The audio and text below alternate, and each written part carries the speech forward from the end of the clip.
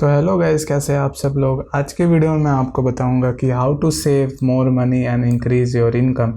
तो इस वीडियो में आपको कुछ practical ways to save money बताऊंगा और कुछ प्रोफेशनल पर्सनल फाइनेंस से रिलेटेड कॉन्सेप्ट्स भी बताऊंगा और क्या कहते हैं कि आपको रूल्स बताऊंगा जो आपकी इनकम के हिसाब से आप एडजस्ट करके अपनी इनकम को सही से डिवाइड कर सकते हैं आपकी सेविंग्स के लिए, आपके खर्चों के लिए और क्या कहते हैं कि आपकी जो प्रैक्टिकल नीड्स हैं, आपकी ज़रूरी हो जाती नेसेसरी नीड्स जो आपकी हैं उनके लिए। तो मैं वीडियो कोई ज़्यादा लंबा नहीं खींचने वाला, 1-2 घंटे की कोई वीडियो नहीं बनाऊंगा और क्या कहते हैं कि सिंपल आपको प्रैक्टिकल कॉन्सेप्ट्स को ओवरव्यू दे दूंगा, आपको एक बता दूंगा कि कैसे कैसे सारी चीज़ें होती हैं। फिर अगर आपको इन डेप्थ जाना है तो आप उन चीज़ों को फर्दर आप उन चीज़ों पे वीडियोस देख सकते हो और उन चीज़ों को ढूंढ सकते हो, या फिर मैं आगे इन फ्यूचर अपने यूट्यूब चैनल पे आप उन वीडियो को बना दूंगा उन टॉपिक्स पे और आपको आई कार्ड में लिंक दे दूंगा। तो जैसे मैं उन टॉपिक को इंट्रोड्यूस करूंगा वो आपको ऊपर आई कार्ड बटन में फ्लैश होते हुए मिल जाएंगे। ठीक है, तो अब अपनी वीडियो को स्टार्ट करते हैं। तो गाइज ये मैंने एक स्ट्रक्चर बना के रखा है फाइनेंशियल सिक्योरिटी का, जिससे आपको आराम से समझ आ जाएगा सारी चीज़ों के बारे में कि आप के क्या क्या स्टेप्स हैं और क्या क्या चीज़ें जो हम इस वीडियो में कवर करेंगे। तो फर्स्ट हम क्या कहते हैं कि टाइम वैल्यू ऑफ मनी के बारे में जान लेते हैं कि वो होता क्या है, क्योंकि आगे आपको इंटरेस्ट जो आपकी इन्वेस्टमेंट्स पे मिलेगा उनको आप आराम से कैलकुलेट कर सकते हैं और आपको आगे कोई डिसीज़न लेने में आसानी होगी आपके पैसे के रिलेटेड। तो यहाँ पे है concept of the time value of money years, और ये मैंने ईयर्स लिखे हैं और ये रेट है मनी है और ये इन्फ्लेशन रेट है, मतलब महंगाई का रेट है। तो सिंपल कॉन्सेप्ट है टाइम वैल्यू ऑफ मनी का कि अगर आप आज कहीं पे 1000 रुपीज़ रख देते हैं या फिर आप 1000 रुपये कहीं पे रख देते हैं, फिर अपने लॉकर में रख देते हैं और उसको 4 साल बाद निकालते हैं, तो जैसे कि महंगाई का रेट 6% है, तो उससे क्या कहते हैं कि आप 4 साल बाद उस 1000 रुपये तो आपके 1000 रुपये ही रहेंगे, पर 4 साल बाद उसकी मतलब बाइंग पावर ख़त्म हो जाएगी, कम हो जाएगी। जैसे कि अगर अभी वो 1000 रुपये की चीज़ खरीद पा रहा है और 6% महंगाई का रेट है, तो 4 साल बाद वो सिर्फ 830 रुपये की चीज़ ही खरीद पाएगा। जो आज 1000 की मिल रही है वो क्या कहते हैं कि 4 साल बाद जाके 1170 रुपये तक की मिलेगी, क्योंकि ये 1000 में 170 रुपये कम है 4 साल बाद। तो इस तरह से क्या कहते हैं कि टाइम के वजह से जो हमारा अभी का पैसा होता है अगर वो हम सेम ही रखें तो वो क्या कहते हैं कि अगर उस पर हमें इंटरेस्ट वगैरह या कुछ नहीं मिल रहा है तो टाइम के साथ उसकी बाइंग पावर कम हो जाती है इन्फ्लेशन के रेट से। तो अब आपको टाइम वैल्यू ऑफ मनी आराम समझ आ गया होगा कि क्या है ये।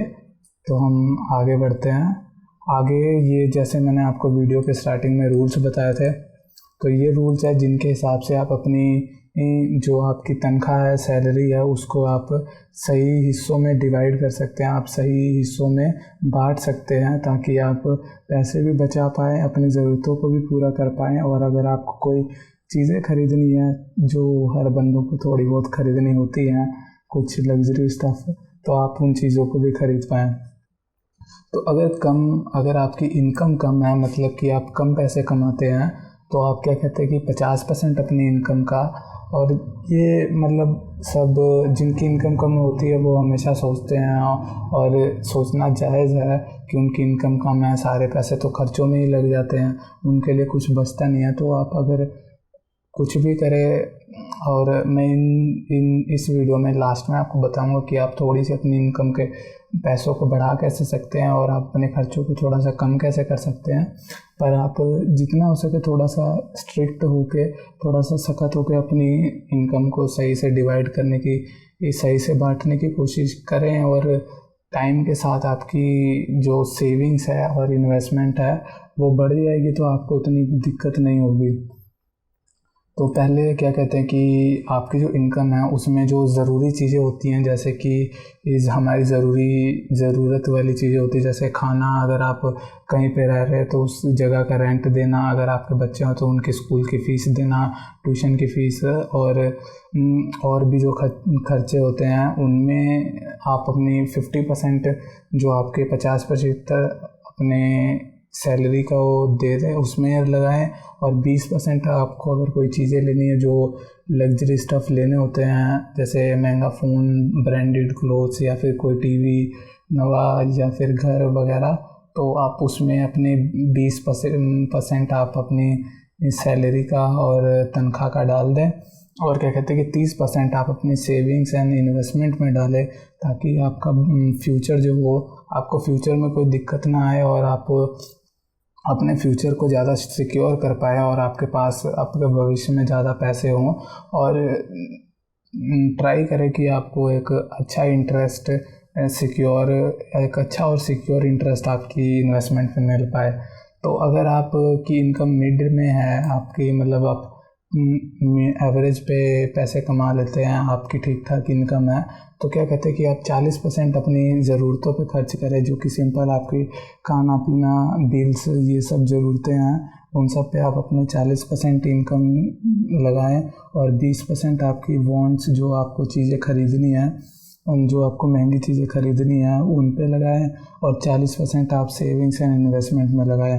अब 40% आप अपनी ज़रूरतों पे लगाएंगे तो वो कम नहीं बढ़ेंगे, क्योंकि आपकी मीडियम इनकम है और इनकम आपकी लो इनकम वालों से ज़्यादा है, तो आपको कोई दिक्कत नहीं आएगी। वो 40% आपके ज़रूरतों को चला देंगे आराम से।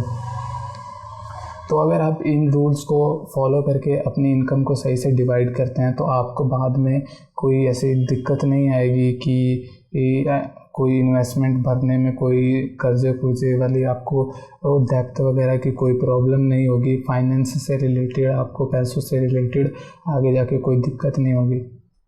तो ये रूल्स हैं जिनके हिसाब से आपको अपनी इनकम को डिवाइड करना है। तो अब आगे बढ़ते हैं, ये जो स्टेप्स हैं उनके बारे में जानते हैं। तो अगर ये तो हो गए रूल्स के बारे में, अब हम जानेंगे कि हम अपनी डे टू डे लाइफ में कैसे अपने खर्चों को कम कर सकते हैं, अपने अर्निंग को इंक्रीज़ कर सकते हैं, और सारी चीज़ों को सही से मैनेज कर सकते हैं कि हम अपनी इनकम, अपने इन्वेस्टमेंट या सेविंग गोल को अचीव कर पाएँ। तो सिंपली पहले हमें ज़्यादा सेविंग्स करने के लिए ये 3 स्टेप्स को फॉलो करना होगा, जो कि है बिल्ड वेल्थ, और सेकंड है कैश फ्लो एंड मैनेजमेंट, और थर्ड है रिस्क मैनेजमेंट। तो पहला सिंपली है कि बिल्ड वेल्थ। अब वेल्थ को बनाने के लिए, मतलब कि अपनी इन ज़्यादा पैसों को बनाने के लिए आप क्या कर सकते हैं। तो पहली चीज़ आप इन्वेस्टमेंट कर सकते हैं, जिसमें आपको सिंपली ऐसी इन्वेस्टमेंट्स ढूंढनी पड़ेंगी जिनमें आपको क्या कहते हैं कि अच्छा और सिक्योर इंटरेस्ट रेट मिले। आप पता करिए अलग अलग इन्वेस्टमेंट्स जो होती हैं उन सब को, और उन एक अच्छी सी इन्वेस्टमेंट प्लान में आप अपनी इन्वेस्टमेंट्स को कीजिए। और दूसरा स्टेप है लर्निंग न्यू थिंग्स। अब अगर आपको एक अच्छा सा इन्वेस्टमेंट प्लान ढूंढना पड़ेगा, तो आपको नई चीज़ों के बारे में जानना होगा, आपको वो पैसों से रिलेटेड और भी चीज़ों के बारे में सीखना होगा 2-3, ताकि आप अच्छे से एक अच्छी इन्वेस्टमेंट को ढूंढ पाएँ, और आप अच्छी अपॉर्चुनिटी को ढूंढ पाए, ताकि आपकी जो इन्वेस्टमेंट हो वो सही हो, आपको ज़्यादा अच्छा रिटर्न मिले। तो तीसरा है रिड्यूस एंड एलिमिनेट डेब्ट। तो अगर आपने कर्जा लेके रखा हुआ है, या फिर आपकी EMIs वगैरह ये सब चलती हैं, तो अगर आप उनको ख़त्म कर सकते हो, या फिर मतलब अगर आप उनको पे कर सकते हो, तो आप उनको पे कर दीजिए। अपने जो खर्चे उनको पे कर दीजिए, क्योंकि अगर आपको वो महीने महीने देना पड़ता है तो क्या कहते हैं कि आपकी जो इनकम है वो इन चीज़ों में चल जाएगी, और आप सही से ये जो रूल्स हैं उनको मैनेज नहीं कर पाओगे, और ज़्यादा पैसे नहीं बचा पाओगे। तो जो आपके खर्चे हैं और जो आपके कर्जे वगैरह अगर आपने लिए हैं, तो उन सबको पहले आप पे कर दीजिए, क्योंकि इस तरह से आपको आसानी होगी, और आपको ज़्यादा दिनों तक ज़्यादा इंटरेस्ट भी आपके कर्जों पे नहीं पे करना पड़ेगा। तो चौथा स्टेप है डोंट टच योर इन्वेस्टमेंट। तो अगर आपने कहीं पे इन्वेस्टमेंट की है तो आपको उसको, ऐसा नहीं है कि आपकी इन्वेस्टमेंट आपने 1-2 साल के लिए की, वो थोड़ी सी बड़ी, फिर आप उसको निकाल लो, फिर आप करो, फिर वो थोड़ी सी बड़ी, फिर आप उसको निकाल लो। अगर आप कहीं पे इन्वेस्टमेंट करते हो तो आप उसको वहीं पे छोड़ दो सालों तक, ताकि वो बढ़ती रहे। और अगर आप सालों तक किसी इन्वेस्टमेंट को छोड़ते हो तो उस पर कंपाउंडिंग इंटरेस्ट रेट लगता है, जो कि मैं आपको अभी समझा देता हूँ कि क्या होता है। तो कंपाउंडिंग इंटरेस्ट रेट सिंपल है। अगर आपने कहीं पे 10,000 रुपये इन्वेस्ट किए तो दूसरे, और उसका इंटरेस्ट रेट 9% है, तो दूसरे साल में आपके 10,000 बढ़ के 10,900 रुपये हो जाएंगे, और तीसरे साल में वो 11,881 हो जाएंगे। और यहाँ पे क्या कहते हैं कि जो सिंपल इंटरेस्ट रेट होगा उस पर बार बार 10,000 पे ही इंटरेस्ट लगेगा, पर कंपाउंडिंग इंटरेस्ट में अगर आपका 10,000 पे अगर आपका 10,000 पे इंटरेस्ट लगा तो अब दूसरे साल के बाद वो 10,900 पे इंटरेस्ट लगेगा, तो वो 11,881 हो जाएगा। तो 4th ईयर में आपका क्या कहते हैं कि ये 9% इंटरेस्ट रेट 11,881 पे लगेगा, और वो 12,950 हो जाएगा। और फिर ये 9% आपका 12,950 पे लगेगा, और वो 14,115 हो जाएगा। और अगर सिंपल इंटरेस्ट रेट होगा तो वो 10,000 पे हर साल लगेगा, ना कि 11,800 पे तीसरे साल में, और चौथे साल में 12,950 में। और सिंपली 9 साल में आपकी इन्वेस्टमेंट डबल हो जाएगी। 10,000 आपने अगर इन्वेस्ट किए हैं तो अगर आप उसको 9 साल तक छोड़ते हो तो आपकी वो 19,925 तक हो जाएगी, लगभग आपकी डबल तक हो जाएगी। और यही कंपाउंड इंटरेस्ट का सिंपल सा कॉन्सेप्ट है। तो अब देखते हैं, ये आपको अब समझ आ गया होगा कि आप वेल्थ को कैसे बना सकते हैं। सिंपल सी चीज़ें हैं, आपको उन चीज़ों के बारे में सीखना है, और सिंपल सी चीज़ों आपको अपने कर्जे वगैरह को पे करना है, अपनी इन्वेस्टमेंट्स को बनाना। अब सेकंड चीज़ है हमारी कैश फ्लो एंड मैनेजमेंट। अब कैश फ्लो एंड मैनेजमेंट में आपको जो आप खर्चे करते हैं रेगुलरली हर दिन, और जो आप पैसे कमाते हैं, उन सारी चीज़ों को एक जगह पे लिखना है, आपको उन सारी चीज़ों को नोट डाउन करना है। तो जब आपको आपके खर्चे और आपके जो पैसे आप कमाते हैं वो पता लग गया, तो आप उसको रोज़ अगर कोई भी चीज़ करते हैं तो उसको एक शीट पे लिख लीजिए। आप एक शीट पे लिख लीजिए, या फिर अगर आप यूज़ करना चाहें तो आप ऑनलाइन ऐसे टूल्स और ऐप्स हैं जिनको आप इस्तेमाल कर सकते हो। मैं तो सिंपली क्या कहते हैं कि गूगल शीट्स और गूगल कैलेंडर को इस्तेमाल करता हूँ, जहाँ पे मैं गूगल कैलेंडर में अपने जो दिन के हिसाब से एक्सपेंसेस लिख लेता हूँ, फिर उनको गूगल शीट में कैलकुलेट कर लेता हूँ, और इससे मुझे पता लग जाता है कि मेरे पैसे कहाँ पे खर्च हो रहे हैं और कहाँ से मुझे पैसे मिल रहे हैं। तो इससे आपको भी आराम से पता लग जाएगा कि आप कौन से दिन में कितने पैसे कहाँ पे खर्च कर रहे हैं, और आप कहाँ से पैसे बचा सकते हैं, कौन सी ऐसी चीज़ है जिस पे आपने खर्च किया और आपको नहीं करना चाहिए था, और कौन सी चीज़ थी जिस पे आपको खर्च करना चाहिए था। और अगर आपको आपकी इन चीज़ों के बारे में पता रहेगा कि आप कहाँ पे खर्च करते हैं और कहाँ पे नहीं खर्च करते, तो आप सिंपली ये जो रूल्स बताए हैं आप उनमें सही से आप अपने पैसों को लगा पाएंगे। जैसे कि अगर आपके जो इनकम है, सैलरी है, उसकी 50% से ज़्यादा आपकी ज़रूरतों में लग जाते हैं, तो आपकी ज़रूरतों में अगर कोई ऐसे खर्च होंगे जिनका आपको नहीं ज़रूरी होगा और वो फालतू हैं, तो आप उसको कम कर सकते हैं, आप उसको निकाल सकते हैं। अगले महीने आपको पता रहेगा कि क्या चीज़ें आप गलत कर रहे हैं, क्या सही कर रहे हैं, आपको पता लग जाएगा कि आप कहाँ पे स्टैंड करते हैं। और उसके बाद उन कैलकुलेशन, या फिर आप कह सकते हैं कि उन सारे एक्सपेंसेस के ऊपर आप अपनी जो होगी पूरी इनकम, आपके महीने का खर्च, उसको सही से मैनेज कर पाएंगे। और आखिरी में जब आपको पता रहेगा कि आप कैसे खर्च करते हैं और कहाँ पे गलतियाँ कर रहे हैं और कहाँ पे आप को खर्च करना चाहिए, जहाँ से आपको ज़्यादा पैसे मिल सकते हैं, जैसे कि इन्वेस्टमेंट्स पे आपको खर्च करना चाहिए। तो वहाँ पे अगर आप इन्वेस्टमेंट्स पे इन्वेस्ट करेंगे तो आपको आगे जाके ज़्यादा पैसे मिलेंगे। तो गाइस आप क्या कहते हैं कि थर्ड स्टेप के बारे में बात कर लेते हैं, जो कि है रिस्क मैनेजमेंट। तो मैं आपको रिस्क मैनेजमेंट के बारे में एक सिंपल सी एग्जांपल से समझा देता हूँ। तो अगर आप कहीं ऑफिस वगैरह में जाते हैं, मतलब आप अपने घर से कहीं ऑफिस वगैरह में जा रहे हैं, तो बीच में अगर कोई रास्ता वगैरह रोड वगैरह आता है, तो आप सिंपली उस ट्रैफिक से गुजर के जाते हैं, तो आपको एक तरीके से थोड़ा सा रिस्क होता है एक्सीडेंट वगैरह होने का।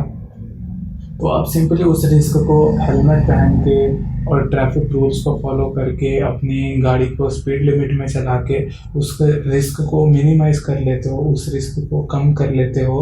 और क्या कहते हैं कि इसी तरह आपकी इन्वेस्टमेंट से, आपके पैसे से रिलेटेड आपकी ज़िंदगी में रिस्क होते हैं, और बहुत सारे रिस्क होते हैं जिनको आप मैनेज कर सकते हो और कम कर सकते हो छोटी छोटी प्रिकॉशंस हैं वो लेके।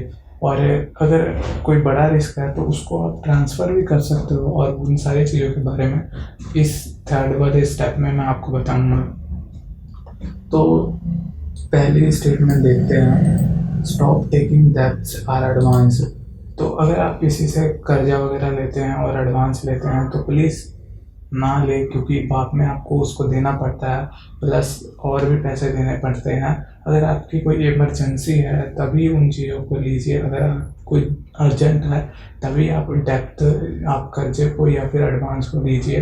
क्योंकि अगर आप एडवांस भी लेते हैं तो आगे जाके आपकी जो पेमेंट होगी, मंथ की सैलरी होगी, उसमें से वो एडवांस कट हो जाएगा और आपको मनी मैनेजमेंट करने में दिक्कत होगी। तो ये पहला। और अगर आप कर्जा भी लेते हैं तो आपको क्या कहते हैं कि रिस्क होता है बहुत सारा कि आपके पैसे पूरे नहीं पड़ेंगे, और आपकी दिन की जो ज़रूरतें हैं उन सब चीज़ों में आपको पैसे कम पड़ जाएंगे और आपको दिक्कतें आ सकती हैं, आपको अपने घर का रेंट देने में दिक्कत आ सकती है, इन सारी चीज़ों में।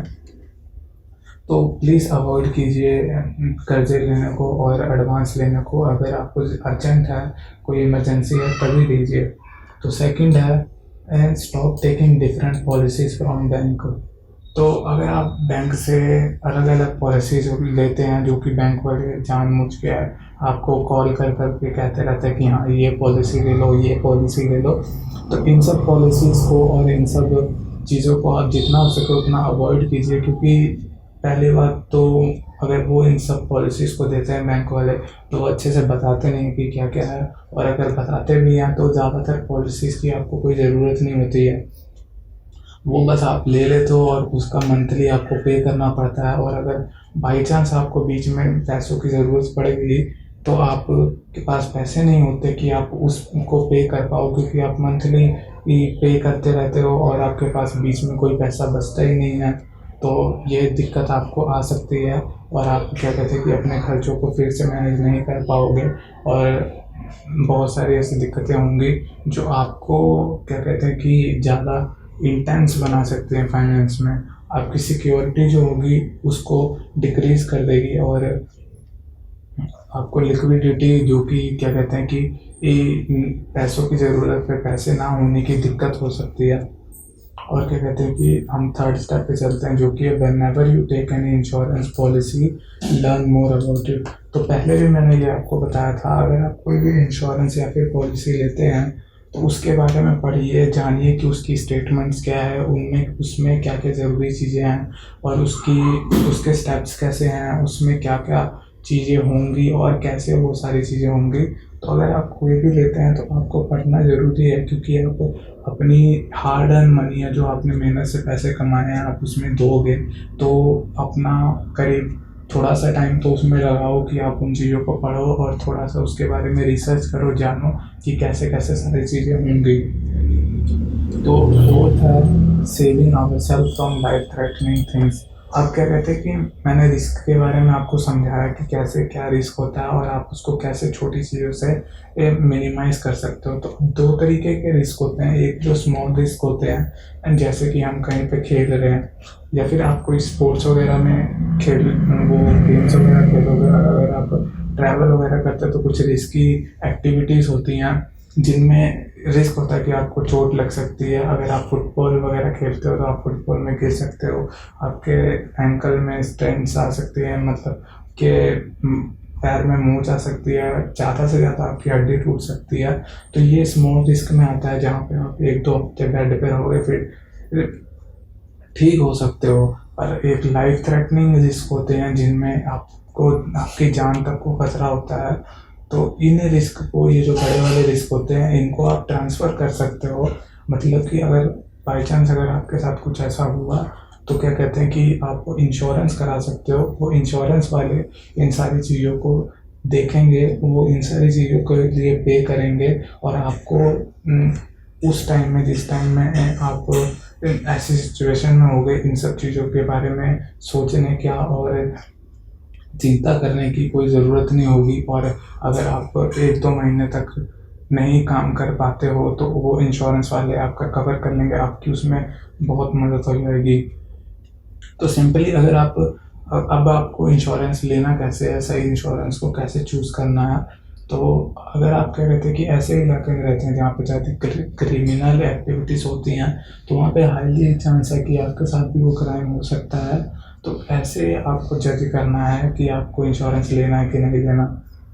तो सिंपल, अगर आप क्या कहते हैं कि लाइफ थ्रेटनिंग एक्टिविटीज़ में आपकी ये जो ज़िंदगी है वो असल लाइफ थ्रेटनिंग एक्टिविटीज़ से जुड़ी हुई है। जैसे कि अगर आप कंस्ट्रक्शन साइट्स पे काम करते हैं जहाँ पे बड़ी बड़ी बिल्डिंग्स होती हैं और सारी चीज़ें बन रही होती हैं, कुछ पक्का होता है, कुछ कच्चा होता है, जहाँ पे आप जाते हैं और चीज़ों को मॉनिटर करते हैं, तो वहाँ पे आपकी लाइफ को खतरा होता है क्योंकि चीज़ें ऊपर नीचे जा रही होती हैं, कोई भी आप पे गिर सकती हैं आप, और कोई स्टेबल वहाँ पे होता नहीं है, वो बिल्डिंग भी गिर सकती है। तो इन सारी चीज़ों से बचने, अगर आप ऐसी चीज़ों में इंडल्ज हैं, आपका काम इन सब चीज़ों से जुड़ा हुआ है, तो प्लीज़ आप अपने लिए इंश्योरेंस लीजिए, वो आपकी बहुत मदद करेगा। और क्या कहते हैं कि इस तरीके से आप इंश्योरेंस ले सकते हैं। तो फिफ्थ स्टेप है take insurance if it is necessary. तो मैंने आपको सिंपली बता दिया कि कैसे आप इंश्योरेंस ले सकते हैं। अब फोर्थ स्टेप देखते हैं हमारी शीट का, जो कि है इंक्रीज इनकम। अब यहाँ पे 4 चीज़ें हैं सिंपल सी, जिनको आप फॉलो करके अपनी इनकम को थोड़ी बहुत बढ़ा सकते हैं। और पहली चीज़ है इसमें लीव बैड हैबिट्स। तो सिंपल सी है, अगर आप अल्कोहल, तंबाकू, इन सारी चीज़ों को करते हैं तो प्लीज़ इन सब स्मोकिंग वगैरह, तो इन सब चीज़ों को अगर आप छोड़ने की कोशिश करेंगे तो ज़्यादा अच्छा रहेगा।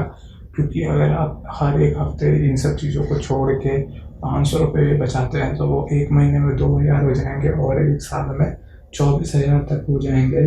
और उसको आप फर्दर इन्वेस्ट करके मोर मनी बना सकते हैं और आपकी इनकम इंक्रीज हो जाएगी और भी। और आपको क्या कहते हैं कि आपकी हेल्थ भी सही रहेगी और जिससे आपको बीमारियां कम होंगी। और सेकंड स्टेप है इम्प्रूव योर हेल्थ। तो जैसा मैंने बताया पहले से, ये बैड हैबिट्स अगर आपकी हैं तो उनको छोड़ने की कोशिश कीजिए, ये जितना हो सकता है उनसे दूर रहिए, तो आपकी हेल्थ ऐसे ही बढ़िया हो जाएगी। और अगर आपकी हेल्थ सही है तो क्या कहते हैं कि आप अच्छे से काम कर पाओगे, आप अपने कैश को, अपनी सिचुएशन को अच्छे से मैनेज कर पाओगे और आपको हॉस्पिटैलिटी का कोई ज़रूरत नहीं होगा, आपको मेडिकल की कोई ज़रूरत नहीं होगी, आपको उन सब चीज़ों को के लिए पैसे भी नहीं देने पड़ेंगे। तो थर्ड थिंग है learn to do things by yourself. तो क्या कहते हैं कि अगर आप जो आपके घर में छोटी मोटी चीज़ें आती हैं उनके लिए दूसरों को पैसे देते हैं, जैसे कि सिंपली आपकी कार का टायर पंचर हो गया उसको चेंज करना, बाइक के टायर पंचर हो गया उसको चेंज करना, आपके कमरे में कोई शेल्फ या अलमारी को लगाना, इन सब चीज़ों को आप खुद भी कर सकते हो। अगर ड्रिलिंग वगैरह है, फ़ोटो को लगाना, इन सारी चीज़ों को आप खुद भी कर सकते हो और उन पैसों को बचा सकते हो।